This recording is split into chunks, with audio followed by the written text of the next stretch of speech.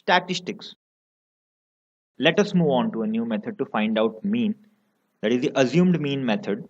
For that, let us take the same example which we had taken in the direct method. So daily wages and number of workers are given. First of all, let me write down the formula for assumed mean method. So here is the formula for assumed mean method. X bar is equal to A plus sigma fi di upon sigma fi. So this is the assumed mean method. Let us see these terms one by one. This X bar, as you already know, this stands for mean. Now what is this A? This A is called as the assumed mean.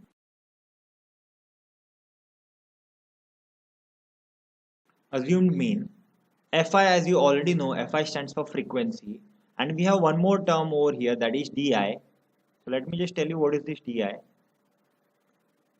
This Di stands for Xi minus A. There is a formula for Di. So this Di is Xi minus A. Now these were the two new terms apart from all the terms which were there in the previous method as well. So A is the assumed mean and Di is Xi minus A. So first of all, let me represent the given data properly.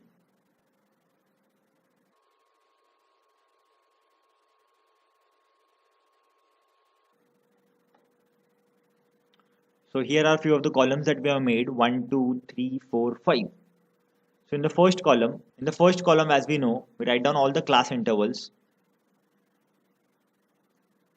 So this is the column of class interval. That is all these values from 100 to 120, 120 to 140, 140 to 160, 160 to 180, and 180 to 200. All these values will come in this column. The second column is of frequency, that is the Fi. In the column of frequency, we'll have all this number of workers, that is 12, 14, 8, 6, and 10. Third column is of Xi. As we know, Xi is the mean of the class interval. Now the fourth column is of Di.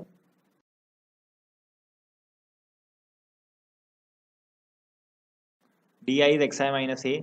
And finally, we have the column of Fi Di. Fi Di means Fi into Di. So let us see one by one how to solve this question by assumed mean method. So let us first of all write down all the class intervals. So first class interval is 100 to 120.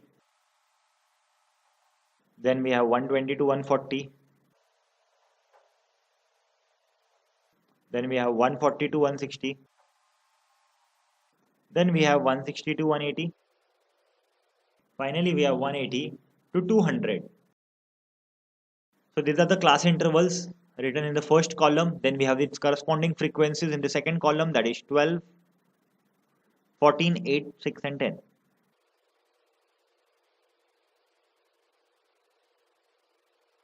Then we have Xi. We know that this Xi is nothing but mean of the class interval. So very similar to the last example which we had taken in the direct method. We know how to find out the mean of the class interval. This is 100, this is 120, lower limit is 100, upper limit is 120. So Xi will be mean of 100 and 120, that is 100 plus 120 divided by 2. That is lower limit 100 plus upper limit divided by 2, and 220 divided by 2 is going to give me 110. So we get 110. So 110, that is mean of 100 and 120. Similarly, if I go for 120 and 140, I can get the class mark as 130. And for this, we get 150. Then we have 170. And finally, we'll get 190. So all these class marks are mean of the class intervals. Now we have this Di, which is Xi minus A. For that, we need to know what is this A. As we know now that A stands for assumed mean. In the column of class marks, what we are going to do is, we are going to assume any of the one numbers over here as our mean. So let me assume this 150 say as my A, which is also called as assumed mean. We are assuming it. It is not the actual mean. That is why it is called as assumed mean. Now not only 150, if you want you can take any other mean like 110, 130, 170, 190. But mostly preferable, we select the middle value. So 150 lies exactly in the middle. So I've assumed A as 150. Now let us move on to this DI. This DI is xi minus A. So our A is fixed now 150. Xi minus A. Xi column is here. A is also over here. So your first value xi minus A, 110 minus 150 is going to give me minus 40. Then 130 minus 150, it is going to give me minus 20. Then 150 minus 150 itself is going to give me 0. Then 170 minus 150 is going to give me 20. And finally 190 minus 150 is going to give me 40. So this is how you calculate DI, xi minus A. Now your last column is Fi DI. So Fi into DI, 12 into minus 40. So minus 480. 14 into minus 20 is going to give me minus 280. 8 into 0 is going to give me 0 itself.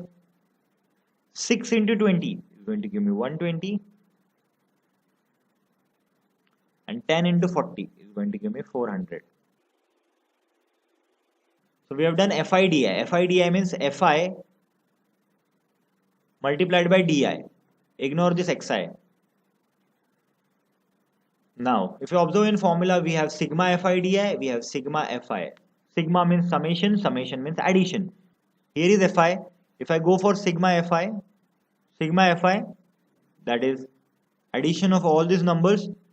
So 12 plus 14, 26 plus 8, 34 plus 6, 40, 40 plus 10, 50. So I get 50. And we have sigma FIDI, that is we are supposed to add these terms.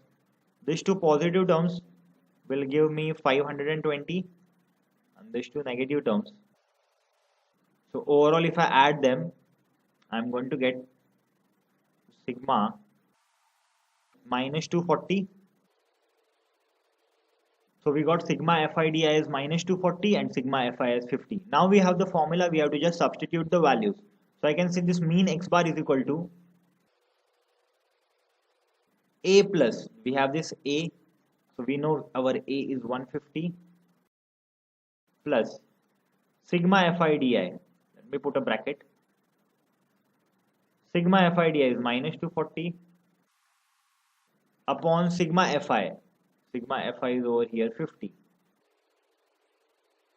0 0 gets cancelled, the next step will get 150 plus, now if you divide 24 by 5, so 5 4s are is going to give you 20 dot 40 remainder, so 4.8 you're going to get.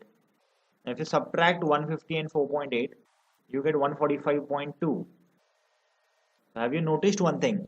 Again we got the same value because this was mean. You can find out mean by direct method, you can also find out mean by assumed mean method. Now what is 145.2? So 145.2 means 145 rupees and 20 paise is an average income of the worker daily.